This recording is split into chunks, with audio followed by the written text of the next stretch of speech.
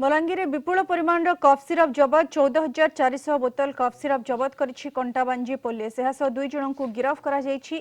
एक ट्रक रे cough syrup चालाण होतिबा police खबर पाइथिला।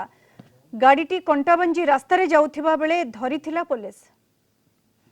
जो गाड़ी रे सस्पिशियस एक्टिविटी थिला जो निशा कारबार करूछंती किछि लोकल लोकन के सहित मिसिकी तांकु से रेड हैंडेड धरी छंती और ताकू टिके इन्वेस्टिगेट करिला परे जना पड़ी कि विपुल मात्रा रे माने लखे लखे टंकार ये माने कफ सिरप ये जो आनी छंती बाहर स्टेट रु और एठी ताकू एज अ ड्रग बोली बिक्री करूछन। जो कर्नाटक रजिस्ट्रेशन अच्छी किंतु तार जो ओरिजिनल सप्लायर अच्छी तार हमें इन्वेस्टिगेशन चली।